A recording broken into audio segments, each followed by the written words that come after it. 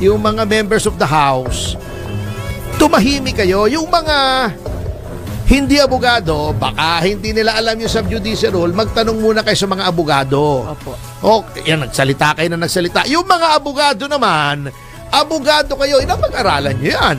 Di ba? Unless absent kayo. Sige Issue po, mo, sandali lang ito. Kasi Sige po. napapunta na rin tayo doon sa subjudice kanina. Yung sinabi sige po, ko, hindi sige ko po. pwedeng Okay.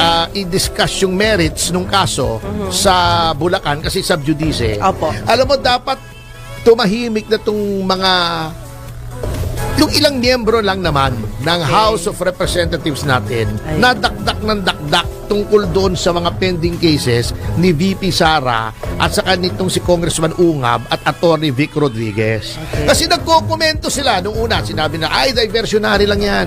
Nasasabihin nila, hindi na ako magpapangalan, ha? Opo. Ang dami ninyo eh. Kumbaga sa kwan, you know who you are. Alam nyo kung sino kayo. Che, wala naman daw blank. Frivolous lang daw ito, walang basihan. Ang nakakalungkot, yung iba sa kanila ay miyembro pa ng Philippine Bar who should know better. Dapat alam nila yung subjudice rule. O paniwanag natin sa ating mga tagapakinig kung ano yung subjudice rule. Ang subjudice, ibig sabihin po niyang subjudice under the consideration of the court. Okay. Ibig sabihin, pagka ang isang topic, ang isang usapin, ang isang kaso ay nakabinbin pa sa hukuman, hindi dapat magkomento yung mga tao. Oo, yes. Hindi pwedeng pag-usapan. Bakit? Unang-una, and the most important reason, lalo na kung public, mag-press con ka, magsasalita ka sa publiko, etc., maiimpluwensyahan. Yan ay, hindi ko sinasabing magiging matagumpay ang pag-iimpluwensya mo. Ngunit, ito ay isang attempt to influence yung magiging judgment ng hukuman dahil yung public opinion hinuhubog mo eh. Hindi mo dapat ini-influence yung judge one way or the other. Kaya, kita nyo, kayo, wala kayong narinig sa akin na komento rito dun sa mga pending cases. Ang komento ko rito dun sa kaso namin sa Ombudsman. Opo. Yun, hindi pa po subjudice yun. Why? Because the Ombudsman is not a court. Wala pa po sa hukuman. Pwede namin italakayan ngayon yung sinasabi namin may blank, then sinasabi namin kumuha kami ng copy ng enrolled bill, walang pirma, etc. Yun pwede yun. Pero yung nakabinbin na sa Korte Suprema, hindi pwede.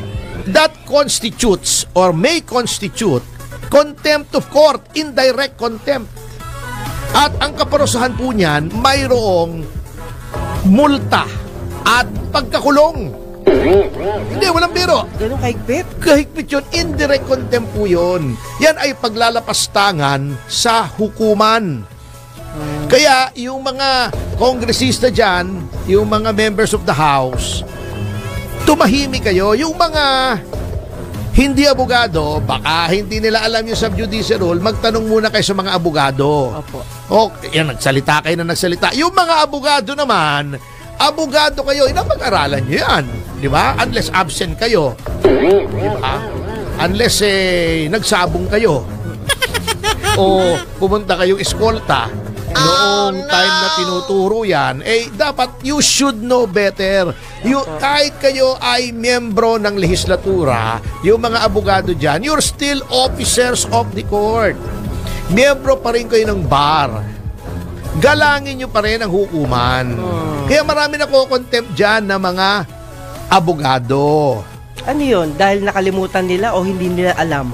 Baka akala nila walang consequences. Kasi ang problema nga po sa ating House of Representatives ngayon, may culture of impunity. Lagi nilang naiisip they are above the law na wala ng consequences yung kanilang ginagawa. Kasi nga, pinoprotektahan ng House leadership. Yun ngang blanks Can you imagine? Yung dinimanda namin sa Ombudsman, yung blanks. Can you imagine? May blanks yung lumabas sa BICAM, yung bill, yung as approved by both houses, and then may blanks pipil upan mo bago mo gawing enrolled bill, bago may sumite sa Pangulo for his signature, for it to become law. Can you imagine that kind of impunity? Yung ginawa, hindi lamang sa akin, doon sa ibang abogado, Opo. ayaw pa konsultahin yung kliyente nila. Wala po. Even si Gordon, naging kasalanan din ito inumpisa ni Gordon to nung formally. Yang si Gordon, mabuting at natalo yan. Hindi naman maayos sa tao yan. Ewan ko kung ano nangyari. Nung tumanda ng paurong. Oo nga, kasi, can you imagine yung kliyente namin, kinulong nila ron. Opo. Ayaw nilang papuntahin, hirap na hirap makapunta yung nanay, yung doktor. Sumulat kami, sabi namin may right to counsel. Yung aming kliyente kailangan naming puntahan. Alam mo, sabi nitong ulalong itong si Gordon, nandun sa akin yung sulat, mga adults na daw yung mga kliyente namin. Hindi na kailangan ng abogado. Anong klase pag-iisip yan? And coming from a lawyer, abogado mismo, yung nagsasalita. Adult, porket adult, hindi na kailangan ng lawyer. Ano yun? Yaya?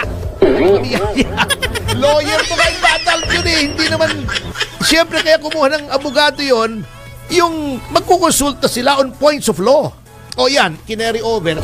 Can you imagine brazenly kita ng publiko kung paano harangin ako. Ayaw kong palapitin sa kliyente ko, abogado ko. Kaya bago nagtataka sila kung bakit sila ay tinutulig sila ay pinupuna sa social media. Kasalanan nila Gumawa sila ng kapuitan Pero attorney, yung dati, which is sabi mo si Senator Gordon, ay nangyari pa pala yun. Oo. That time, pumalag ho ba kayo? Siyempre. Pumalag na kayo noon. Etong Sergeant at Arms noon, nakalimutan ko yung pangalan General Okay. din Okay. Napakayabang. Nandoon ako. Akalain mo pinapaalis ako. Kinakausap ko si Lincoln Ong. Sabi ko rin sa mga tao niya, kung papaalisin niyo ako rito, bubuhatin niyo ako, hindi ako alis dito. Kumapit ako rin sa silya, buhatin niyo ako rito. Siguro natakot, pagtingin sa akin, ako bubuhatin namin ito, pabigat nito. Maniwala ka Malulus-lusan kami rito pag binuhat namin ito. Huwag na lang, sige sir, hindi namin Nangyari gagawin sa pala inyo yan. yun, Takot okay. na yung buhatin ako, no?